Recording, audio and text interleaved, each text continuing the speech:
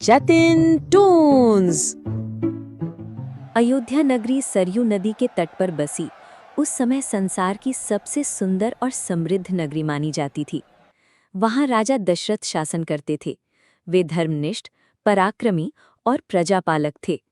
उनकी 3 रानियां थीं, कौशल्या, कैकई और सुमित्रा। फिर भी वे संतान सुख से वंचित थे। ऋषियों के परामर्श पर दशरथ ने पुत्रेष्ठी यज्ञ कराया। यज्ञ पूर्ण होने पर देवताओं की कृपा से 4 पुत्रों का जन्म हुआ। कौशल्या से राम, कैकई से भरत और सुमित्रा से लक्ष्मण तथा शत्रुघ्न। चारों राजकुमारों के जन्म पर पूरी अयोध्या में उत्सव का माहौल छा गया। महलों में दीप प्रज्वलित हुए, नगरी में गीत संगीत और नृत्य होने लगे। राम बचपन से ही तेजस्वी और धर्मनिष्ठ थे। लक्ष्मण सदा उनके साथ रहते, उनकी सेवा और सुरक्षा करते। भरत शांत और धर्मप्रिय थे, जबकि शत्रुघ्न भरत के साथ रहते। चारों भाइयों ने गुरुकुल में शिक्षा प्राप्त की और वेद, शास्त्र और शस्त्र विद्या में पारंगत हुए। एक दिन महर्षि विश्वामित्र राजा दशरथ के दरबार में आए। उन्होंने राम और लक्ष्मण को अपने साथ भेजने का आग्रह किया ताकि वे जंगल में राक्षसों से ऋषियों की रक्षा कर सकें। दशरथ को संदेह हुआ, लेकिन विश्वामित्र के समझाने पर उन्होंने राम और लक्ष्मण को भेज दिया। वन में राम और लक्ष्मण ने महाशक्तिशाली राक्षसी ताड़का का वध किया। राम के बाण से उसका अंत हुआ। इसके बाद राम ने अनेक राक्षसों का संहार किया और ऋषियों की यज्ञ सफलतापूर्वक संपन्न हुए। इसी बीच जनकपुरी में सीता का स्वयंवर आयोजित हुआ। शर्त ये थी कि जो शिवजी के धनुष पिनाक को उठाकर प्रत्यंचा चढ़ाएगा, वही सीता का वरण करेगा। अनेक राजा और वीर आए, लेकिन कोई धनुष को हिला भी न सका। अंत पे राम ने सहजता से धनुष उठा लिया और प्रत्यंचा चढ़ाते ही धनुष टूट गया। महल गूंज उठा और सीता ने राम को वरमाला पहनाई। इस प्रकार राम और सीता का विवाह हुआ। लक्ष्मण, भरत और शत्रुघ्न का भी जनक परिवार की कन्याओं से विवाह हुआ। कुछ समय बाद जब राम के राज्याभिषेक की तैयारी होने लगी, तभी कैकई को उसकी दासी मंथरा ने उकसाया। कैकई ने दशरथ से 2 वरदान मांगे, भरत को राज्य और राम को 14 वर्ष का वनवास। दशरथ व्याकुल हो उठे, पर वचन से बंधे थे। राम ने बिना किसी विरोध के वनवास स्वीकार किया। सीता और लक्ष्मण भी उनके साथ चलने पर अड़े। अयोध्या का दृश्य हृदय विदारक था। प्रजा रो रही थी, दशरथ विलाप कर रहे थे, पर राम, सीता और लक्ष्मण वन के मार्ग पर निकल पड़े। कुछ ही दिनों में राजा दशरथ का दुख से निधन हो गया। भरत को जब ये समाचार मिला तो वे वन में राम के पास पहुंचे और उन्हें लौटने के लिए कहा, पर राम ने पिता के वचन का पालन करते हुए इनकार कर दिया। भरत ने राम की खड़ाओं सिंहासन पर रख दी और स्वयं नंदीग्राम में तपस्वी वेश धारण कर रहे। वन में राम, सीता और लक्ष्मण ने पंचवटी में कुटिया बनाई। वहीं राक्षसी शूर्पणखा आई और राम से विवाह का प्रस्ताव रखा। जब लक्ष्मण ने उसकी नाक काट दी तो वो क्रोधित होकर अपने भाई रावण के पास पहुंची। रावण पहले ही सीता के सौंदर्य के बारे में सुन चुका था। उसने छल से मारीच को स्वर्ण मृग का रूप धारण करने को कहा। सीता ने उस मृग को देखकर राम से उसे पकड़ने की प्रार्थना की। राम मृग के पीछे गए। लक्ष्मण को सीता ने राम की रक्षा के लिए भेजा। तभी रावण साधु का वेश धारण कर पहुंचा और सीता का हरण कर लंका ले गया। सीता को छुड़ाने की कोशिश में जटायु पक्षी ने रावण से युद्ध किया, लेकिन घायल होकर गिर पड़ा। बाद में राम और लक्ष्मण ने जटायु को पाया।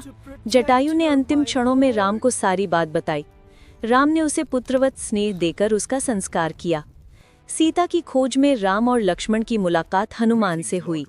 हनुमान ने उन्हें सुग्रीव से मिलवाया। राम ने सुग्रीव की सहायता से बाली का वध किया और उसे राज्य दिलाया। सुग्रीव ने वचन दिया कि वानर सेना सीता की खोज करेगी। वानर सेना चारों दिशाओं में गई। हनुमान समुद्र तट पर पहुंचे और विशाल रूप धारण कर एक छलांग में लंका पहुंचे। वहां अशोक वाटिका में उन्होंने सीता को देखा। उन्होंने राम की अंगूठी देकर संदेश दिया कि वे शीघ्र उन्हें मुक्त करेंगे। सीता ने भी अपना चूड़ामणि हनुमान को सौंपा। रावण ने हनुमान को पकड़वाया और उनकी पूंछ में आग लगवा दी। हनुमान ने अपनी पूंछ से पूरी लंका जला दी और लौटकर राम को समाचार दिया। राम ने वानर सेना संग समुद्र तट पर पहुंचकर समुद्र देवता की प्रार्थना की। जब समुद्र ने मार्ग न दिया तो राम ने क्रोधित होकर बाण चलाया। समुद्र देवता प्रकट हुए और क्षमा मांगी। नल और नील ने पत्थरों से पुल बनाया। वानर सेना उस पुल से लंका पहुंची। युद्ध प्रारंभ हुआ। सबसे पहले मेघनाद ने आकर वानर सेना को भयभीत कर दिया। उसने लक्ष्मण को नागपाश में बांध लिया। हनुमान गरुड़ को बुलाकर नागपाश को काट लाए। फिर युद्ध में मेघनाद ने लक्ष्मण को गंभीर रूप से घायल कर दिया। हनुमान संजीवनी बूटी लाने के लिए हिमालय पहुंचे।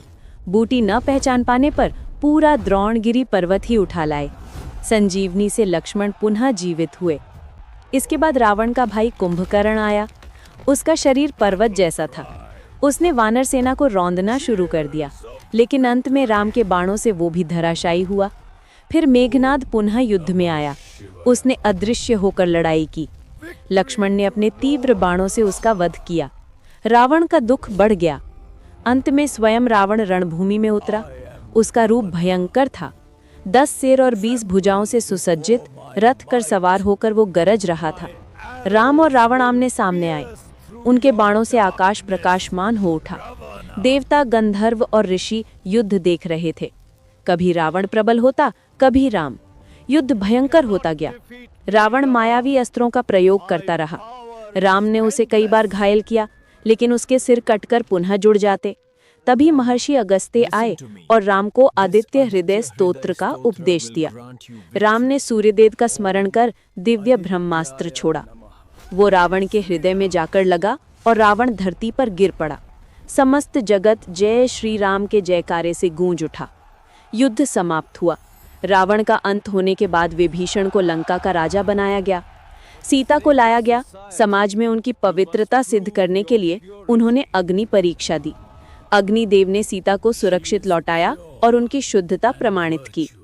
फिर राम, सीता और लक्ष्मण पुष्पक विमान से अयोध्या लौटे। मार्ग में सभी ऋषि मुनि और नगरों ने उनका स्वागत किया। अयोध्या में दीप जलाए गए। पूरा नगर प्रकाश से भर उठा। भरत ने राम की खड़ाऊं लौटाई और राम का राज्याभिषेक हुआ। राम राज्य की स्थापना हुई।